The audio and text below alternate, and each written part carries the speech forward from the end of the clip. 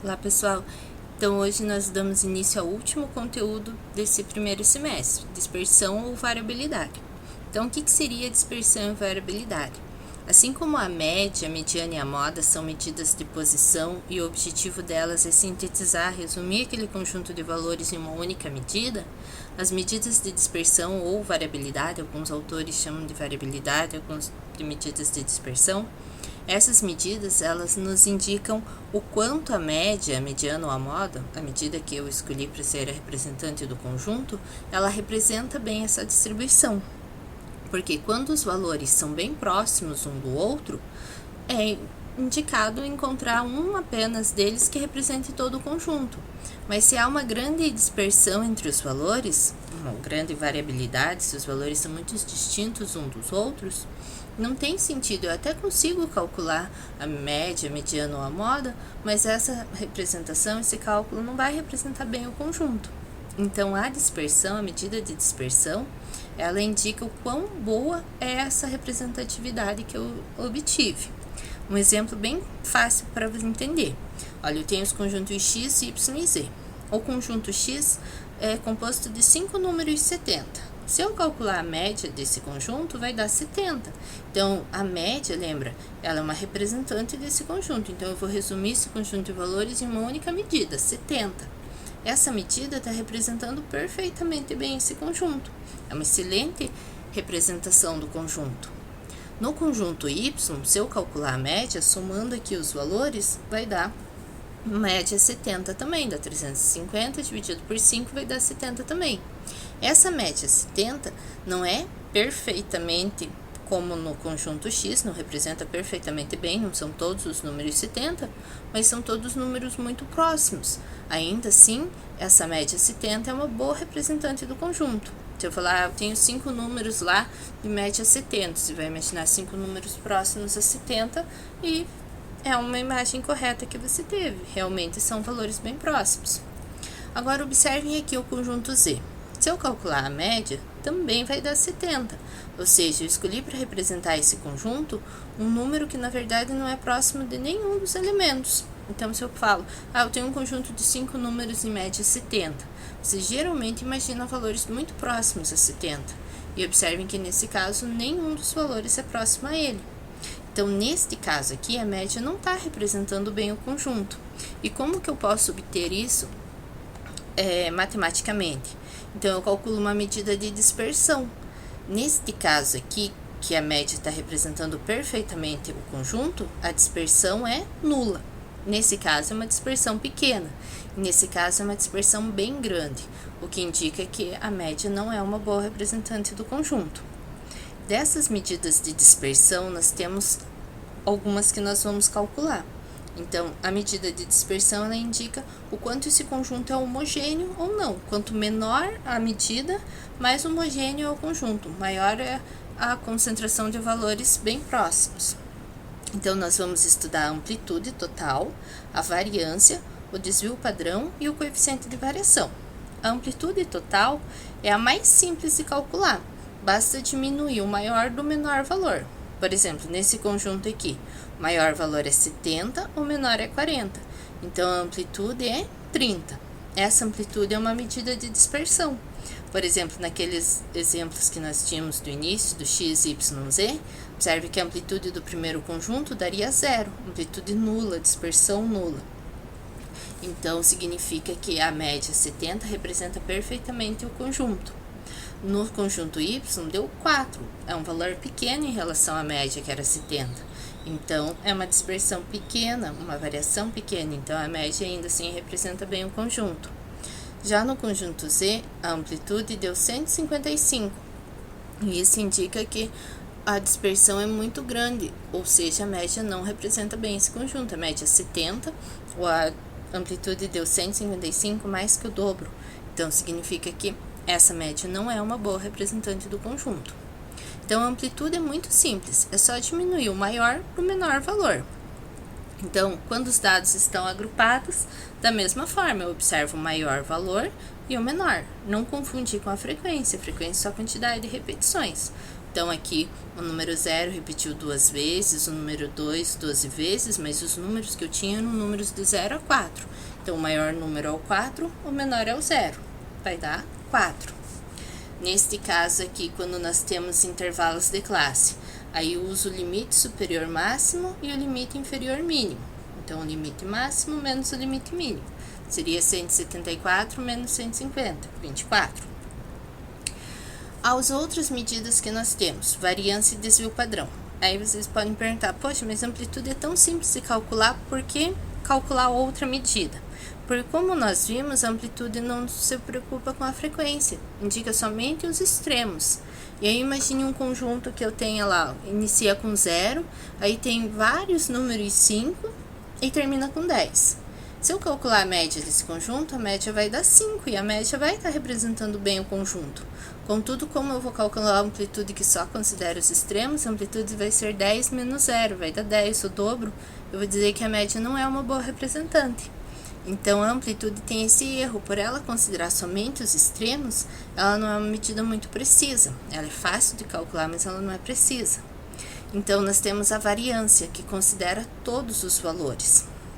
A variância, ela se baseia nos desvios quadrados. Lembram quando nós estudamos a média, que eu expliquei o desvio em relação à média, que era pegar cada um dos valores e diminuir da média?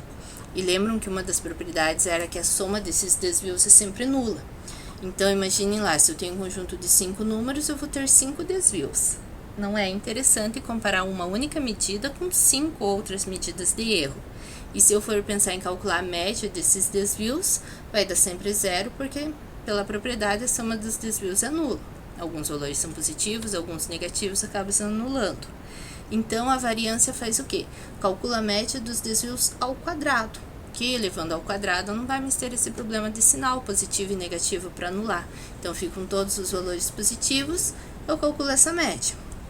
Só que aí, qual que é o problema da variância? Se ela considera a média dos desvios ao quadrado, então se eu tenho lá uma medida em centímetros, vai dar um erro de 4 centímetros quadrados. Então, para não ter esse problema do quadrado, aí nós extraímos a raiz. A raiz quadrada da variância é o desvio padrão. Então, por isso que o desvio padrão já vem associado à variância, porque ele é a raiz da variância. Então, a variância considera os desvios, então é uma medida muito precisa, porque ela considera todos os termos, diminui de cada um dos termos a média, só que leva ao quadrado para não dar 0 na soma dos desvios. E aí eu extraio a raiz para não ter mais esse problema de unidade ao quadrado. Então, essa medida é a mais precisa. Só que aí tem esse problema. Olha a definição. Eu teria que calcular a média, depois diminuir de cada um dos valores essa média, elevar todas essas diferenças ao quadrado, somar todas elas, dividir pela quantidade de termos e finalmente extrair a raiz. Então, seria um trabalho algoritmo, que nós dizemos, o passo a passo matemático é muito trabalhoso, calcular a média, diminuir, elevar ao quadrado, somar, dividir, extrair a raiz. Então, o que nós podemos fazer para simplificar? Lembrando aqui que a média, nós já sabemos o que é média, soma dos valores dividido pela quantidade. Então, se eu fizer essa substituição, no lugar da média, colocar a soma dos valores dividido pela quantidade, a nossa fórmula se reduz dessa maneira, ou ainda dessa maneira. Então, aqui, teoricamente, aparentemente, ela está maior que essa inicial, que estava ali só uma divisão, mas o algoritmo aqui é muito mais simples. Eu só preciso somar os valores ao quadrado, somar os próprios valores e depois elevar ao quadrado, e fazer a diferença desses dois quocientes. Então, eu pego os valores, por exemplo, lá eu tenho 5 números, eu levo esses 5 números ao quadrado, somo todos e divido por 5. Aqui eu somo antes esses 5 valores, elevo essa soma ao quadrado e divido pela quantidade ao quadrado. Se eram 5, 5 ao quadrado, 25. E dessa diferença, sim, eu extraio a raiz para ter o desvio padrão.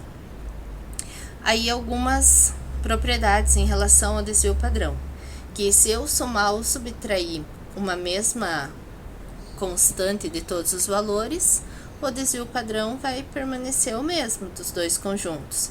E se eu multiplicar ou dividir, também vai permanecer o mesmo. Porque o desvio padrão, como eu falei, ele mede a dispersão dos valores. Então, se eu tenho os valores todos iguais, como naquele caso eram todos números 70, a dispersão dele é nula. Então, do conjunto 70 é nulo. Se eu somar 5, uma constante 5, por exemplo, a todos os elementos, que é 75, 75, a dispersão vai continuar sendo nula. Da mesma forma que naquele conjunto que eu tinha os valores bem dispersos, lá começava em 5, terminava em 160. Se eu somar uma unidade em todos eles, vai continuar sendo um conjunto disperso. Então, o desvio padrão de um conjunto não altera, alterando uma constante. Então, às vezes, em uma prova que não possa usar a calculadora, em um concurso, por exemplo, você pode diminuir de todos os valores, de repente são valores decimais ou valores muito elevados, você pode escolher um valor para diminuir, ou somar, ou multiplicar, ou dividir qualquer operação elementar em todos os valores, desde que seja a mesma constante, que o desvio padrão não vai alterar. Só no caso da multiplicação, da divisão, aí sim ele vai ficar multiplicado ou dividido por aquele valor, caso exista. Mas se for o caso do zero também, não vai alterar, vai continuar sendo zero. Então, alguns exemplos aqui. Como que ficaria para dados não agrupados? Então, utilizando já essa fórmula simplificada, sem a necessidade de calcular a média, diminuir de cada um deles, levar ao quadrado e dividir. Então, eu tenho esse conjunto de valores, o 40, 45, 48, 52, 54, 62, 70. Então, eu somo esses valores, deu 371, elevo cada um deles ao quadrado e somo esses quadrados, deu 20.293. Então, eu pego a divisão dessa soma dos valores ao quadrado, pela quantidade, eram 7 números dividido por 7, e essa soma, 371, eleva ao quadrado para dividir pelo 7 também ao quadrado. Então, aqui há duas possibilidades. Eu posso antes elevar os dois ao quadrado e depois dividir, ou antes dividir e elevar ao quadrado no final, dá no mesmo e acaba ficando mais fácil o cálculo. E finalmente extrair a raiz. Então, aqui o desvio padrão deu 9,4. Como os valores estão próximos a 40, entre 40 e 70, o 9 é um valor pequeno. Então, eu posso dizer que a média para esse conjunto é uma boa representante. Quando os dados estão agrupados, qual a diferença? Que daí naquela fórmula eu tenho que colocar a frequência, porque vai indicar a quantidade de valores que tem repetido. Então, o que eu faço? Eu faço o produto do f pelo x, que vai me dar a soma daqueles valores repetidos, e faço o produto dele por x ao quadrado. Como que eu posso fazer isso? Eu posso calcular o x ao quadrado e depois multiplicar, ou multiplicar o x pelo fx, que daí, lembrem-se, x vezes o x já vai ficar o x ao quadrado e o f permanece o mesmo. Como viram aqui, por exemplo, no 3. Se eu elevar 3 ao quadrado, dá 9. 9 vezes 7, 63.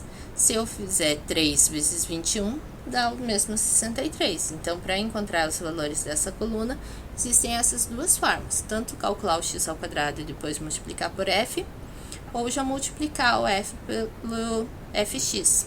O x pelo fx já dá o mesmo resultado. Por que eu preciso dessa tabela? Para substituir na fórmula, eu vou substituir o fx ao quadrado, que é o 165, menos o fx para elevar ao quadrado no final, que é o 63, para elevar ao quadrado no final. E o n, que é o número de termos, que seria a soma das frequências, 30. Então, dividido por 30, ou 30 ao quadrado. E quando tem intervalos de classe, fica a mesma coisa. A fórmula é exatamente a mesma, só que aí tem que lembrar da mesma maneira que nós fazíamos na média. Eu antes preciso calcular o x. Aqui, neste caso, o x já é o termo. Nesse caso, eu tinha os números 0, 1, 2, 3 e 4. Aqui, como eu tenho intervalos de classe, de 150, 154, eu antes calculo o x, fazendo a média de 154 dividido por 2, e aí faço o cálculo a partir desse x. Então, multiplico pela frequência e multiplico pela frequência novamente para dar o fx ao quadrado. Ou eu faço o x ao quadrado e depois multiplico pelo f, dá o mesmo resultado. Então, aqui os valores ficaram elevados, mas o procedimento é o mesmo. O fx ao quadrado dividido pelo número de elementos, que é 40, e o fx para elevar ao quadrado e depois dividir. E lembra de extrair a raiz para ter o desvio padrão. Se não extrair a raiz, nós temos a variância, que é a medida ao quadrado. Por exemplo, se aqui eram centímetros, a variância ficaria centímetros quadrados. E aqui o coeficiente de variação, que é a última medida. Aí vocês devem imaginar, bom, mas se o desvio padrão é tão perfeito que já considerou todos os termos, por que ainda calcular o coeficiente de variação? É que o coeficiente de variação ele dá uma medida em percentual, então fica bem simples de fazer a comparação. Por exemplo, aqui o desvio padrão deu 5, e você pode imaginar, mas 5, será que é uma medida grande ou pequena? Eu tenho que voltar e analisar. São valores entre 50 e 174, então é aproximadamente um valor pequeno, porque 5 aqui está entre 150, então é um valor pequeno, mas você tem que fazer essa estimativa. Já no caso do coeficiente de variação, ele vai dar em percentual. Olha, deu um coeficiente de variação de 3%. 3 é um valor bem pequeno. Se desse lá 70%, era uma variação bem grande. Então, por ele dar em percentual, facilita essa comparação, no caso de você precisar descobrir qual variação é maior, ou se é uma pequena ou grande variação de valores. E como que eu faço para calcular? Basta dividir o desvio padrão pela média e multiplicar por 100. Então, nesse último exemplo aqui, que é aquele das estaturas, lembrem-se que nós já calculamos a média. Como que calcula a média? A soma do fx dividido pela soma do f. Então, 6.440 dividido por 40, dá 161. Então, a média é 161 e o desvio padrão 5,57. Então, como que eu vou calcular o coeficiente de variação? Basta dividir os dois e multiplicar por 100. Porque multiplicar por 100 para dar o valor em percentual. Aqui tá errado, não tem esse 3, é 3,5. Então, o coeficiente de variação ele dá o valor em percentual, fica mais fácil a comparação. Então, aqui tem alguns exercícios para serem resolvidos, depois eu posto a resolução deles, já tem as respostas. E aqui o cálculo do coeficiente de variação, que serve para fazer essas comparações. Observem aqui um exame de matemática e um de estatística. Para eu saber qual que teve maior dispersão, eu calculo o coeficiente de variação dos dois. Porque se eu olhar somente no desvio padrão de um é 0,8, do outro é 0,7, é 7,8 e outro não, olha, o desvio padrão de um é 0,8, do outro 0,76. Você pode imaginar, esse que tem o 0,76 é o menor, mas tem que considerar que as médias são diferentes. Então, para esse tipo de comparação, sempre o coeficiente de variação é a medida ideal, que dá o valor em percentual. Então, elimine esses problemas de comparação com unidades de medida. Então, tentem resolver, olha, já tem as respostas, na sequência eu coloco a resolução deles. E em caso de dúvidas, deixem um comentário. Obrigada, tchau, tchau!